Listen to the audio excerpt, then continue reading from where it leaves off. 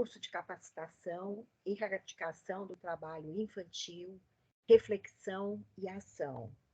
Sou Silvia Borelli, antropóloga e professora do programa de pós-graduação em Ciências Sociais da PUC São Paulo. E estou aqui como responsável pelo módulo 2, intitulado Jovens Juventudes, Concepções, Políticas Públicas e Coletivos. E para facilitar um pouco o nosso diálogo, eu subdividi a aula de hoje em 4 eixos. O primeiro deles, acho que fundamental, tem a ver com as concepções de juventude. Na sequência, segundo eixo, uma articulação que interessa muito, que é a de jovens, cultura e política. O terceiro eixo, violências, que eu acho que marca muito esse contexto contemporâneo no Brasil, e finalizo com alguns comentários e algumas indicações sobre políticas públicas. Começando, então, com essa perspectiva das concepções de juventude, eu diria de cara que ser jovem significa responder por inserções singulares e experimentar de forma conflituosa, e aqui eu estou usando uma reflexão do Jesus Martim Barbeiro, e a hierarquia de classes, as desigualdades sociais, a exposição à violência, as condições de gênero, de raça, de etnia, o acesso ou a exclusão ao mundo do trabalho e ao consumo cultural. É importante definir que juventude não pode ser compreendida como muitas vezes se quer, como etapa, ponte, momento sem consistência ou identidade, reduzido a uma mera transição entre grupos de idade. Esclareço aqui que o conceito de identidade não supõe qualquer conotação de homogeneidade. Pelo contrário, reforça a heterogeneidade, a diversidade cultural e a existência de múltiplas juventudes particulares. E eu vou agora citar um trechinho de uma antropóloga mexicana, que eu prezo bastante a reflexão, que se chama Rosana Reguidio. E ela diz, abro aspas, em nenhuma parte do mundo a juventude representa um bloco homogêneo capaz de responder por um conjunto de categorias fixas. Jovens trabalham, vão à escola, abraçam algumas causas, mas os referenciais identitários não passam pela fábrica, pela escola ou, por exemplo, pelo partido. A identidade está em outra parte. São identidades móveis, efêmeras, mutantes, capazes de respostas ágeis e, por vezes, comprometidas. Fecha aspas. O que se reivindica, do ponto de vista conceitual, é que os jovens possam emergir não pela negação, não por aquilo que não são, não pelo não ser criança ou não ser adulto, mas por um estatuto afirmativo, que procure dar conta daquilo que realmente representam. Ou, de outra forma, dar conta da emergência da juventude como ator social, com estatuto próprio, sensibilidade e expressões próprias, trânsitos urbanos, apropriações e ressignificações. E eu estou aqui dialogando com 3 antropólogos colombianos, Cubides, Toscano e Valderrama. Ser jovem diz respeito à busca por pertença. Jovens, em especial aqueles que vivem em grandes metrópoles, articulam-se em agrupamentos, em coletivos juvenis, e buscam alternativas mais autônomas para estar juntos. O objetivo aparente na formação desses coletivos é o de questionar relações institucionalmente constituídas e imprimir uma marca de maior independência frente às organizações formais da sociedade. Por meio, por exemplo, de redes de socialidade, online, offline, modalidade remota presencial, relações síncronas e assíncronas, alguns coletivos juvenis assumem protagonismos, transformam-se em atores sociais participam e intervêm em processos dentro de suas próprias comunidades, assim como nos espaços públicos das cidades em que residem. Alternam e transformam as estruturas e características originais dos cenários urbanos pela ação da música, teatro, leituras e narrativas, saraus, slams, dança e arte popular urbana. Intervém em movimentos voltados para a ecologia, o meio ambiente, as novas ordens planetárias, entre diversas alternativas de participação que adquirem um caráter político por sua intencionalidade e pelas formas por meio das quais se apropriam dos espaços públicos, transformando-os, mesmo que efemeramente, em lugares seus, lugares próprios. Os jovens formam um segmento populacional especialmente atingido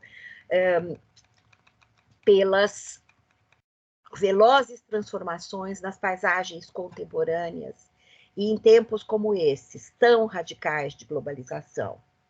Globalização em todo o mundo e no atual contexto social, econômico, político e cultural do Brasil.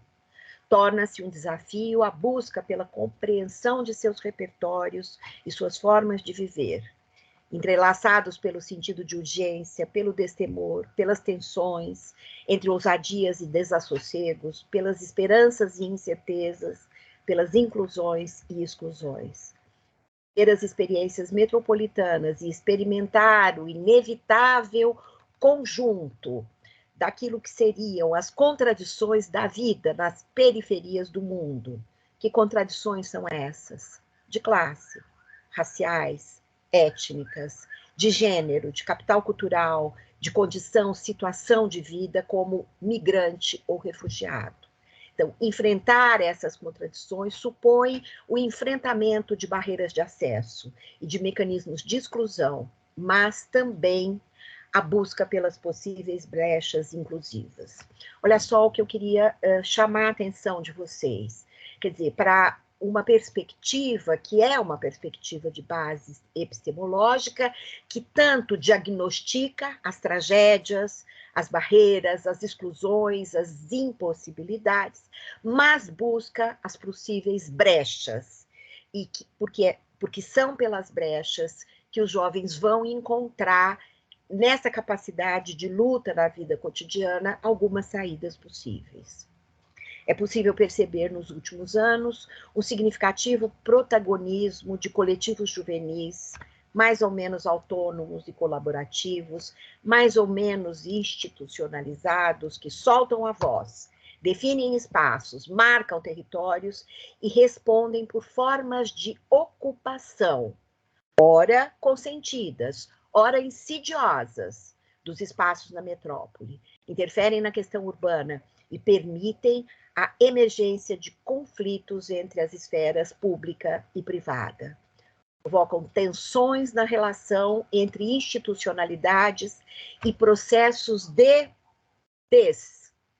desinstitucionalização, e ampliam as possibilidades de ações e práticas políticas, muitas vezes fora do âmbito estritamente institucional.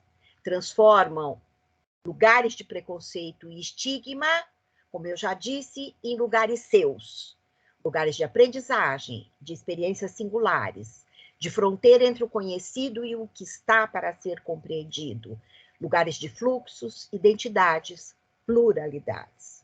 Eles propõem novas formas de participação que mesclam cultura e política e demandam novos referenciais de base epistemológica, teórica e metodológica para sua compreensão e interpretação.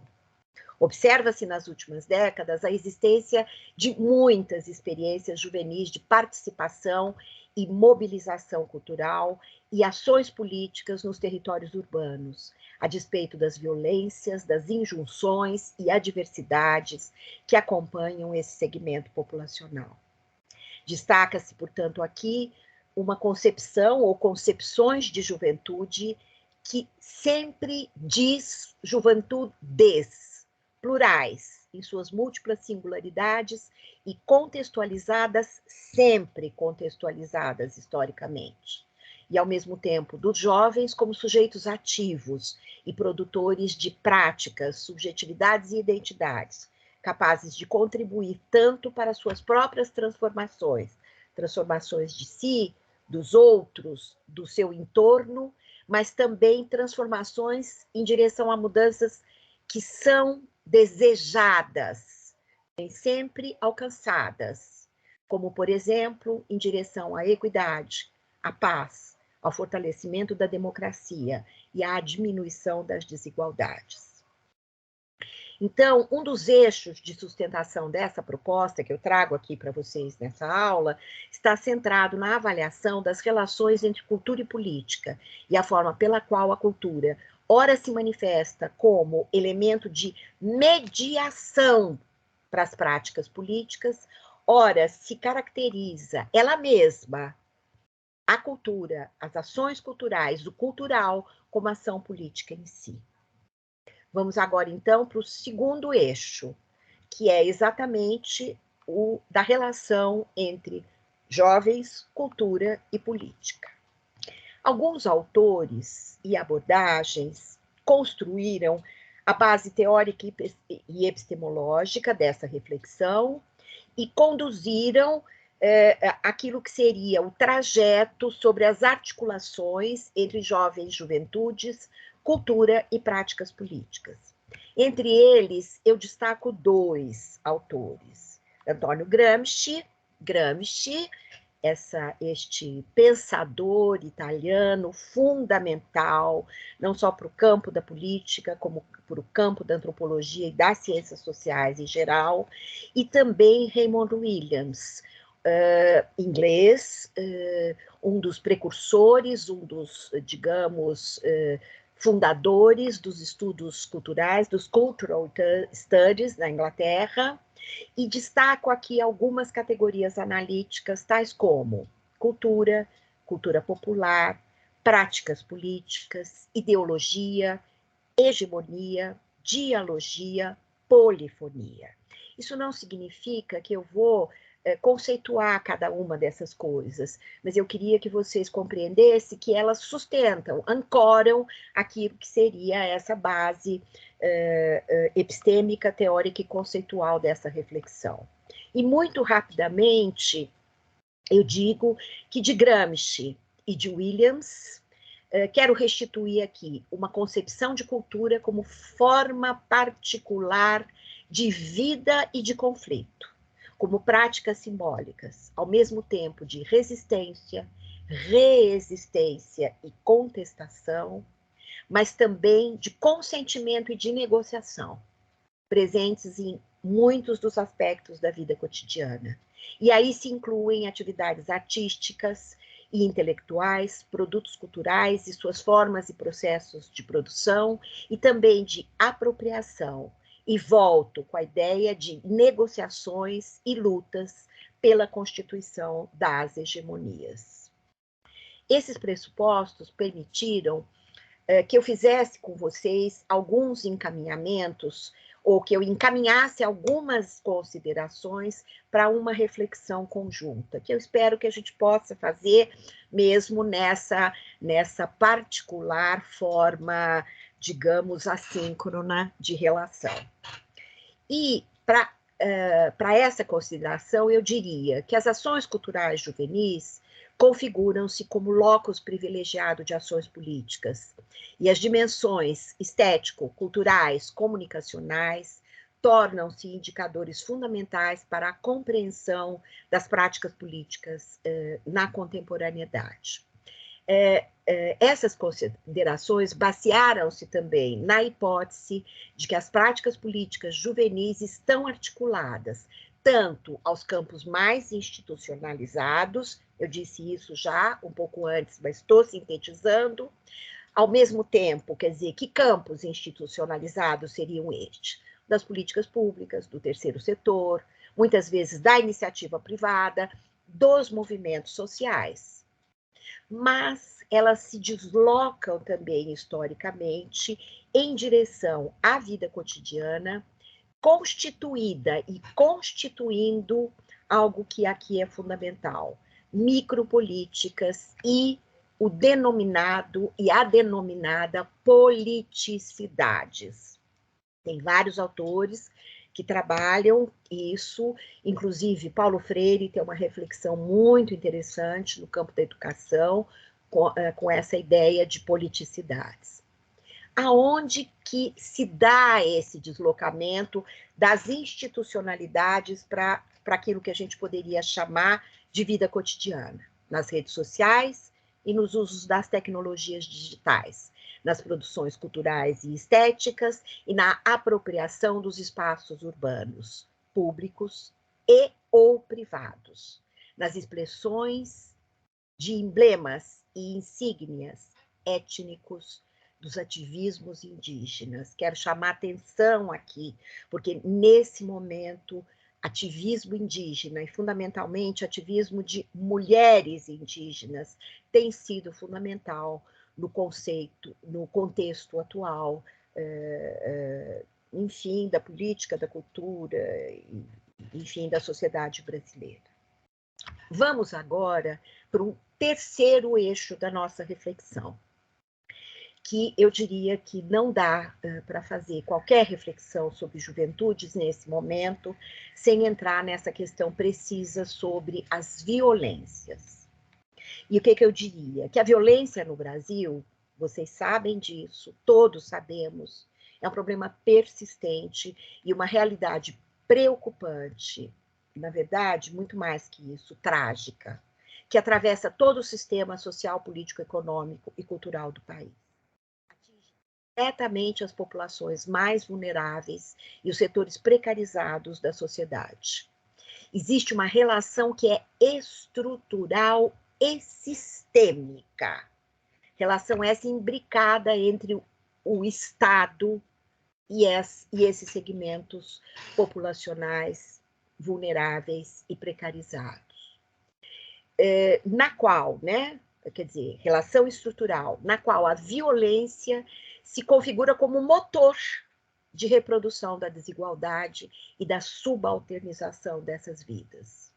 Os contextos de violência, e eu vou citar alguns: homicídios, feminicídios, juvenicídios, etnocídios, mortalidade e letalidade por arma de fogo, ancoram-se também na relação, e aqui eu chamo a atenção, nas relações materiais, porque, veja bem, todas essas ações que implicam em homicídios, feminicídios e juvenicídios, são ações que têm uma materialidade, mas são também dimensões simbólicas, imaginárias, que estão intimamente ligadas às questões raciais, étnicas, geracionais e de gênero. Ou seja, esse simbólico, esse imaginário está vinculado à dimensão dos preconceitos, dos estigmas que reforçam as exclusões.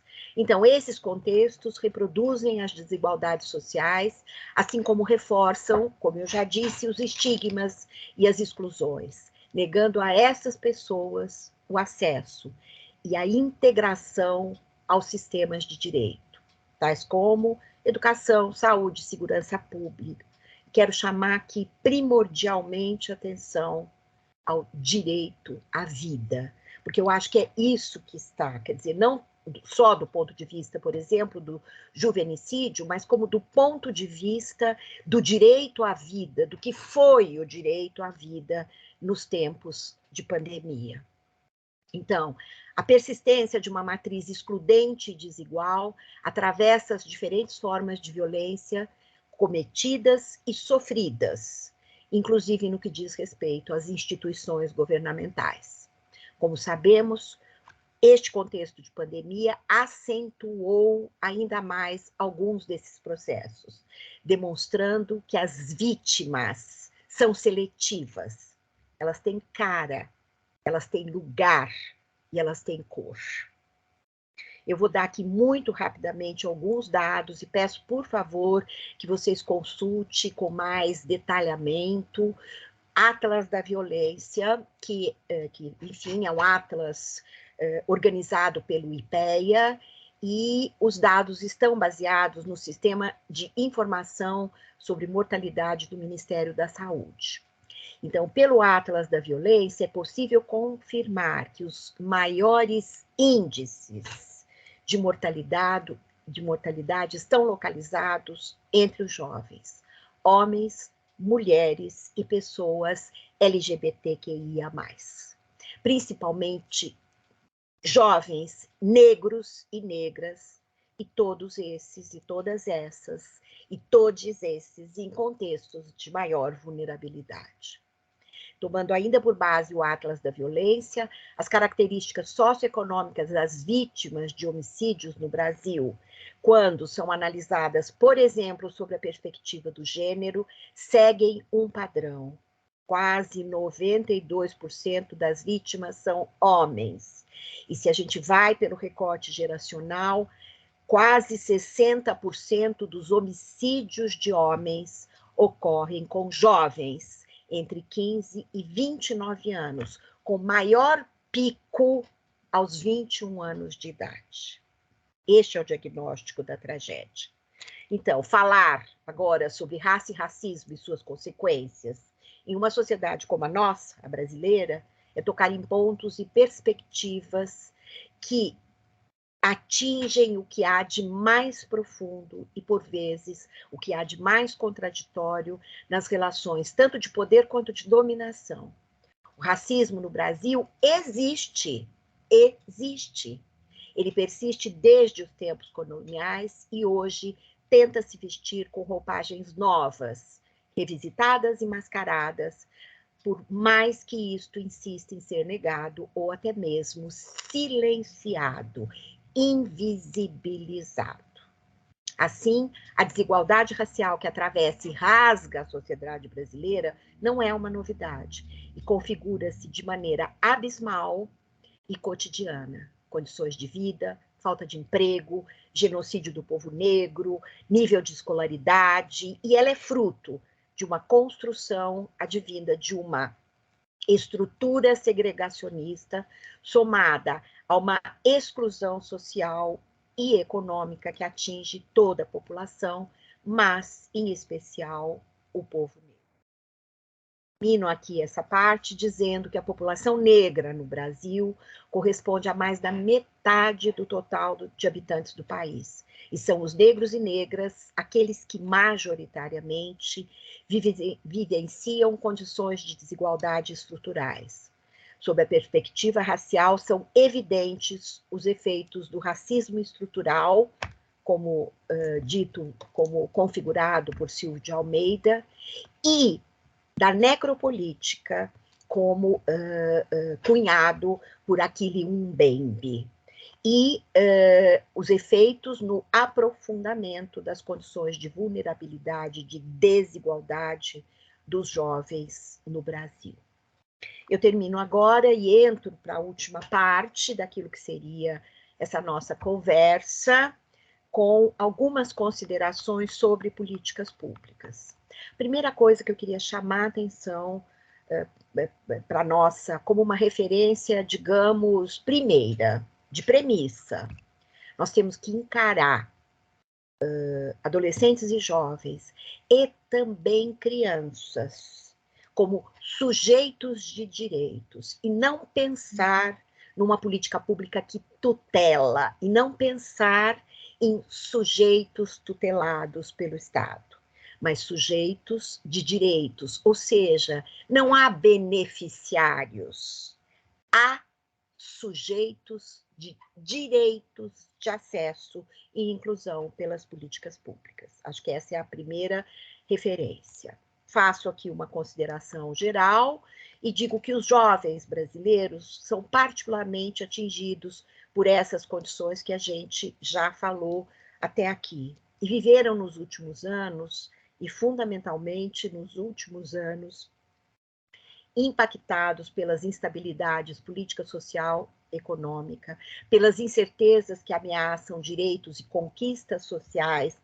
anteriormente adquiridos e pela dissolução acelerada de políticas públicas em geral, e em particular das políticas voltadas às juventudes e, como percebemos, a tragédia dos cortes e da ausência de políticas voltadas à saúde pública durante a pandemia. Se nós tivemos 600 e tanto mil mortos, isto, em boa parte, poderia ter sido minimizado se houvesse investimento, se houvesse política de saúde durante estes anos pandêmicos.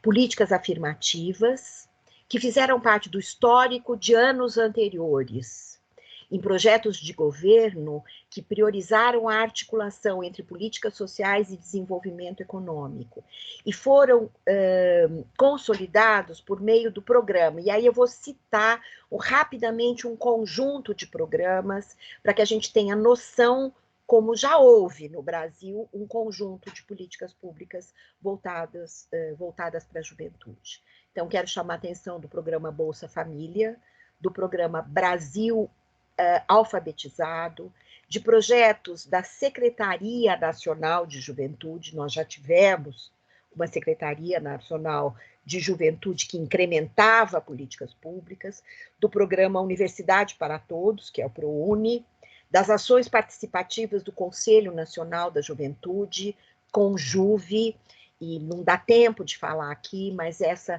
perspectiva de uma política pública discutida por meio dos conselhos é uma ação, digamos, fundamental. Da proposta para uma política nacional de juventude, do Programa Nacional de Inclusão de Jovens, o ProJovem, da juventude rural, da criação do participatório, que é um observatório participativo da juventude, do programa de fortalecimento da autonomia econômica e social da juventude rural, do Estatuto da Juventude, do Programa Estação Juventude e do Plano Nacional de Juventude e Meio Ambiente, entre outras ações.